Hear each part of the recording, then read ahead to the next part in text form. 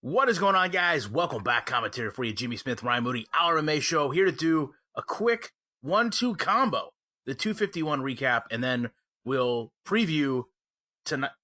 I guess it'll be tonight's card? I don't know, Jimmy. It's going to be Wednesday's card, but it's technically Tuesday to us. It's probably Wednesday when somebody hears, whatever. We're going to preview the Wednesday card. There you go. Yeah. That's never wrong. We try to preview every card, and we try to it might not be timely, but we try. For you guys, for the left. So, Paige Vanzant, Amanda Ribas. I think Ribas, like we talked about, man, just way too much. And Paige tried to carry her striking in, but in the end, we all know what the future is. And I'm glad to see that they took the shortened fight and extended her interview time because, personality can mean so much, and I know Amanda has everything to be a star. And it's ironic because, I think we learned this with Paige. The UFC will jump on a fighter the instant they think they're marketable, even if their performances aren't always there. But with Amanda, I think we have that combination of true skill and substance that can really set her up to get over huge. I don't know anybody that didn't listen to her interview afterwards and just absolutely fall in love with her. Yeah, and also, she's got the skills. You can't overlook that. This was one of those from the beginning. I said, look, Ribas is just the better fighter.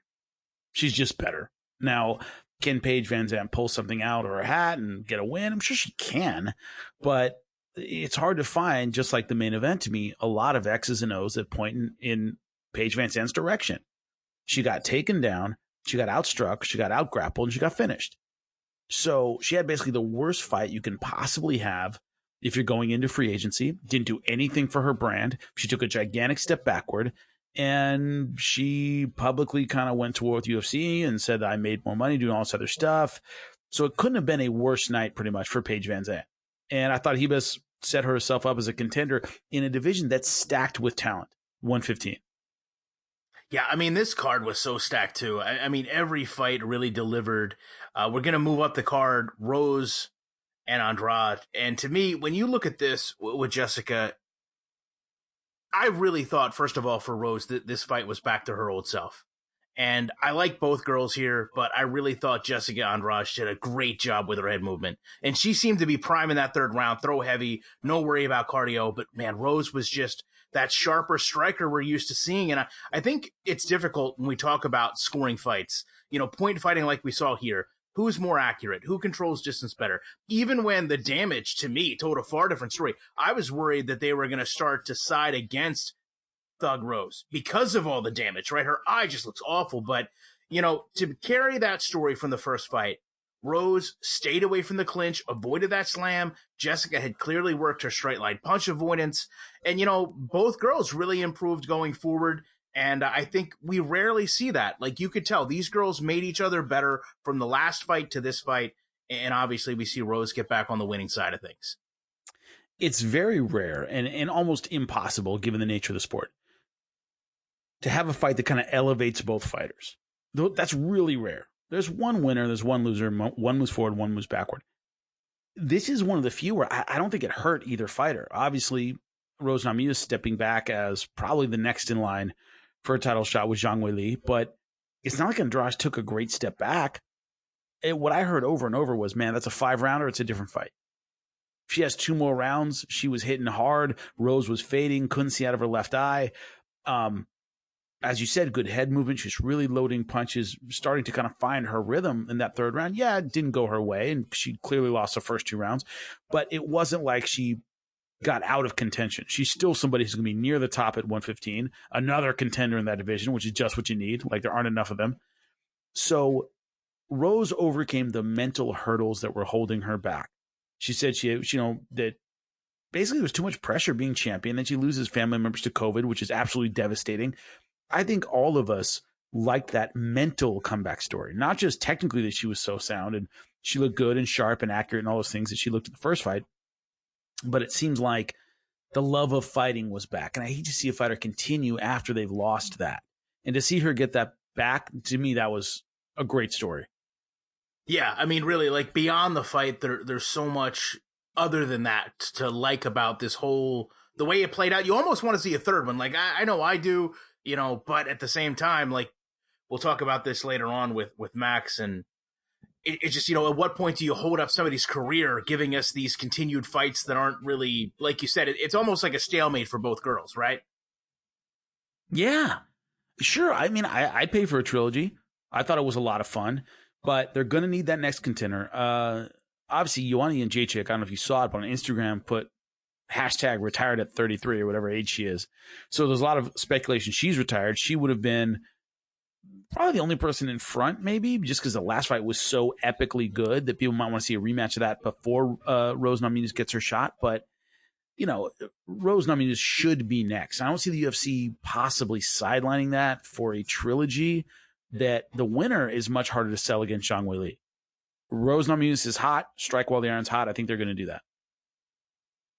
Well, we'll talk about striking while the iron's hot when we talk about Aldo and Jan. And early on, man, I went Aldo's way, and I thought this was looking to go his way, man. He sat Jan down with a kick. It was so nice to see it again. And then just the third round came and the tide started turning. Like, you could really tell that Jan had Aldo hurt. He was wearing him down with body strikes. You get like a visible momentum shift, and then Jan just surged, and it was just way too much. It was actually a little difficult to watch. But listen, at the end of the day, here's the real end of it. Jan took everything Aldo had, walked right back into the fire. I would love to see, since you mentioned strike while the iron's hot, I would love to see the Aljamain Sterling fight, but I think we're playing too much politics in this, and I hate to say it, I just don't know that he's going to get this shot. The issue for me in this fight is Aldo was, and has been for the last few fights, maybe 80% of his former self. And it's a credit to Jose Aldo that at 80%, he can still beat elite fighters. He's still amongst the elite at 135. He can beat anyone but the best at 35 and 45.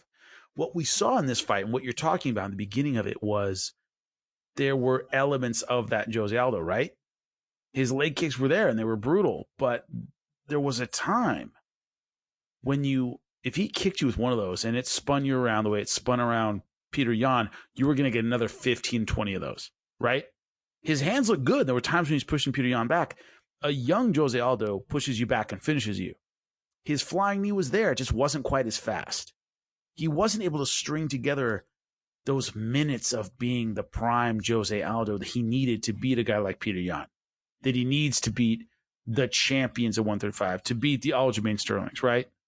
To beat those guys, he needs to be 90% of Jose Aldo, and he's just not.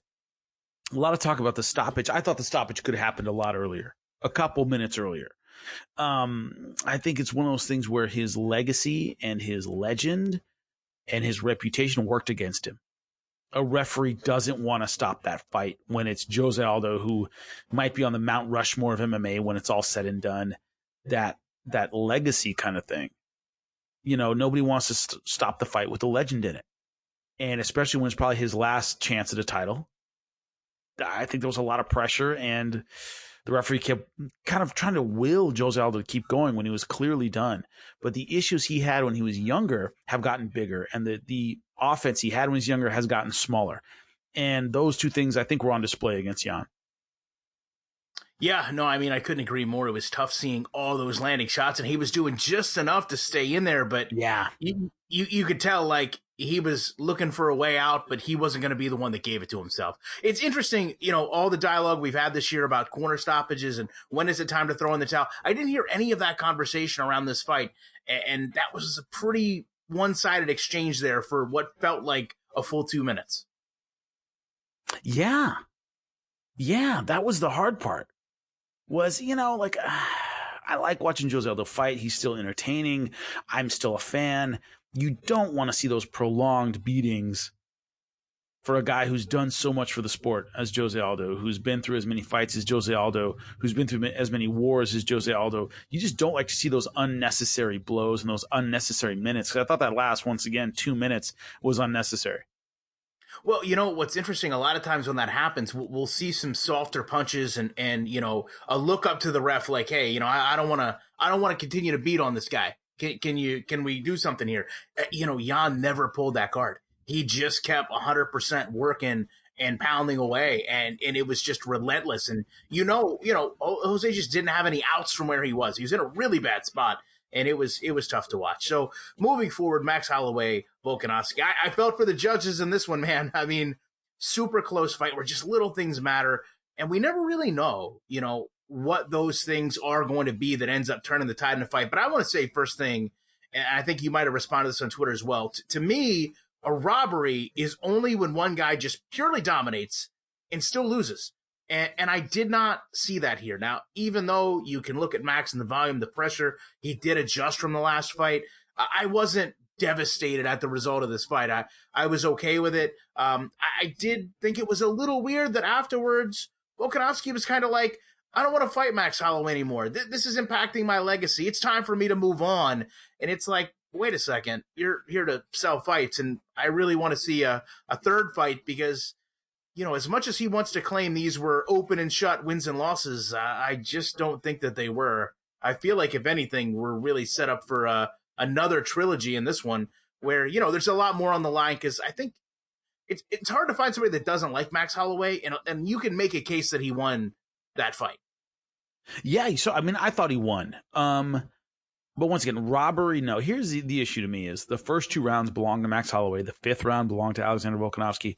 The thing is, rounds 3 and 4 were very close rounds.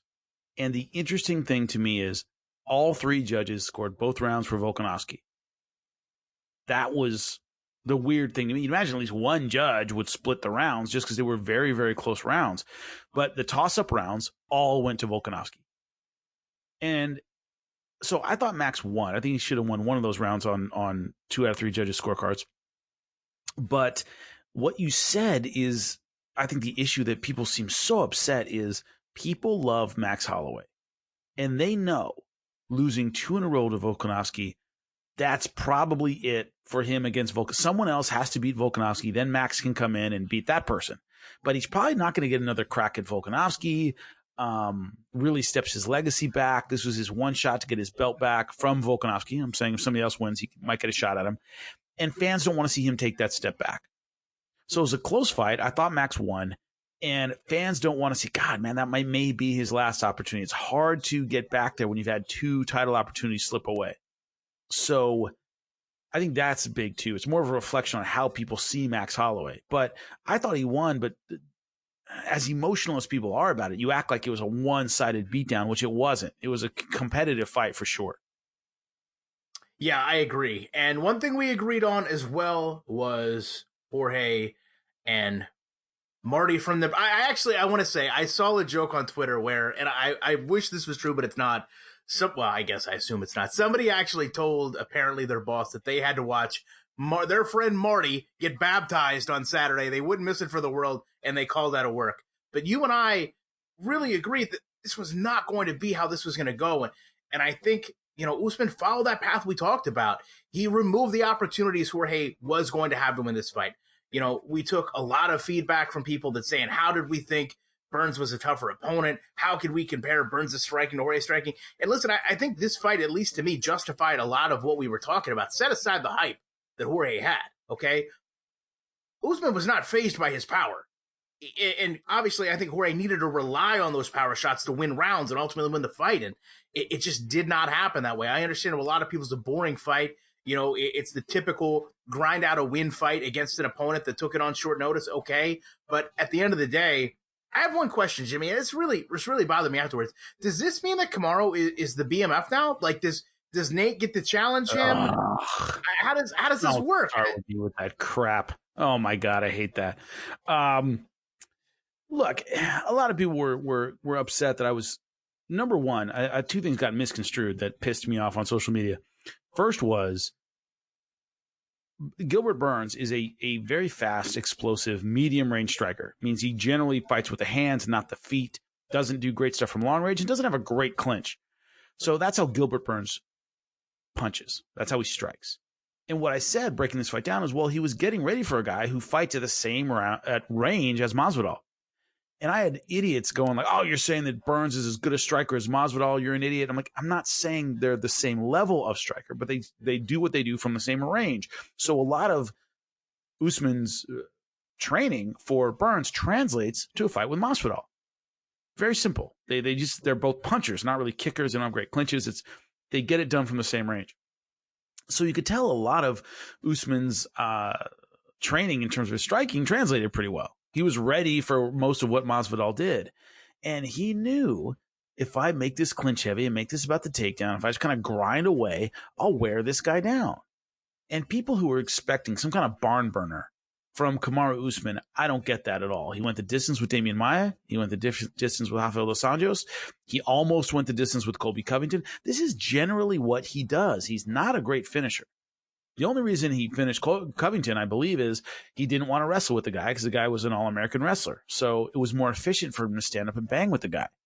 Most of the time, this is how he's going to win fights. So I don't get this guy went, 5 rounds with Tyron Woodley. He's not going to risk anything to get a knockout. He's not going to let the crowd, which doesn't exist anymore, but let the MMA crowd on social media influence the way he fights. This is what you get with Kamaru Usman. So I thought from the beginning, when this fight was talked about, that I thought he was a terrible style matchup for Jorge Masvidal. And that's what we saw. He won almost every round on every scorecard. And I credit to Masvidal for showing up with 6 days notice and giving it everything he could. But I think skill set wise, he was behind the 8 ball from the beginning. Yeah, I agree. I mean, everything you said there. Plus, Gilbert has that pedigree on the ground. It's not taking anything away from Jorge Masvidal. And I think a lot of people felt like we were doing that. The reality is, Jorge came in with a lot of hype. Jorge came in as a fan favorite, kind of a journeyman career. Listen, he's not on the same level as Gilbert Burns all the way around. And I think this fight showed it. I mean, I text you afterwards. The number of strikes, I mean, I get what people are saying about, how they fight differently. But at the end of the day, 263 to 88 strikes. And you're going to tell me that Gilbert Burns was not going to I guarantee you when they fight, he puts more than 88 strikes together against Kamaru Usman. There's no way that he doesn't do that. And like you said, they're fighting similar styles to a degree, but the threat of Gilbert Burns is far different than what it is with Jorge. Yeah, for sure. And also, there's not going to be that takedown confidence. I'm not saying he can't out-wrestle Gilbert Burns, because he can, but you don't want to stick your neck in a vulnerable spot against Gilbert Burns, who has a world title in jiu-jitsu. And for people who don't know, the guy he beat in the world finals in 2011 was Kron Gracie. And that was a one-sided fight, actually. So this guy has incredible jiu-jitsu, and they're training partners, and he knows that. So the willingness is, I'll dive in for a takedown whenever I want it. He's not going to have that against Burns, because he's going to have to be very, very careful about A, a submission, and B, a counter shot, because as we saw in the Woodley fight, Burns' takedown ain't bad either. And that has to be the next fight. I know people are throwing, some other names around. I won't even go there, but this has to be. I mean, this is going to be the first time we've seen somebody lose a fight opportunity because of COVID. So I guess we really have to see what the stance, a main event title, I mean, a big deal fight. I guess we have to see what the stance is going to be on the UFC. Do they re-rack this or run it back, or do they move forward? What's going to happen with, you would assume cleared tests, but this has to be the next fight. There's no doubt about it in my mind, but we've seen the UFC make poor decisions before. I just hope it doesn't happen now. The only and look, what we're talking about is Leon Edwards, and we know all about Ariel Helwani pushing Leon Edwards, and then Ali Abdelaziz is really upset about it and says none of his fighters can talk to ESPN. This is a controversy that's going on right now in terms of MMA and MMA journalism. I get Leon Edwards as a contender. I really do. If Usman had a long layoff, had some kind of injury, I could see Edwards taking, did I say it right, Usman? If Usman had a long layoff, I thought I said Edwards. If Usman has a long layoff and couldn't defend his title for several months or something like that, I could see how Leon Edwards and Gilbert Burns could maybe have a contender fight. I don't see that now. Burns has too much momentum. People were really looking forward to this title fight. Burns has no motivation to take on Leon Edwards, who's still a very dangerous fighter, if he doesn't have to. It's already been set up. It's already a done deal. Why would I risk everything being derailed because Leon Edwards knocked me out? It's stupid for Burns to take that fight. So, sure, if Usman were out for a long time, maybe even having an interim title shot between Burns and Edwards. But if you're Burns' camp, no way you get in that octagon now that you've been guaranteed a title shot. And also, Leon Edwards' argument is, look, I was supposed to fight Tyron Woodley. I was supposed to fight these fights, and I couldn't do it because I was stuck in England and cornering problems. You still give credit to the guy who did the fighting and won, and that's Burns. It sucks to fight on short notice, and I'm not saying he's wrong to turn down I think he had like 3 weeks notice for one of those fights. And I don't blame him for not fighting, for sure. But, Burns got the win against the number one contender in Tyron Woodley, and I think he deserves it right now. Now, once again, if Usman takes a long time off, I could see a title eliminator or maybe an interim belt between those guys. But right now, Burns is the guy. Yeah, I'm with you 100%. As a matter of fact, I think Leon loses to a lot of competition in the division. So that name being thrown out, just, and then obviously you came full circle and went with the whole story. That's why Jimmy Smith is here to do the big dog call outs. We are going the big dog that can do the big dog calling, right, Jimmy? But we're going to head off of this one and we are going to re-rack it and give you a preview for, Wednesday's card, whenever you're listening to this, even if it's over. So we appreciate you guys checking this out. We'll be back very shortly with more commentary.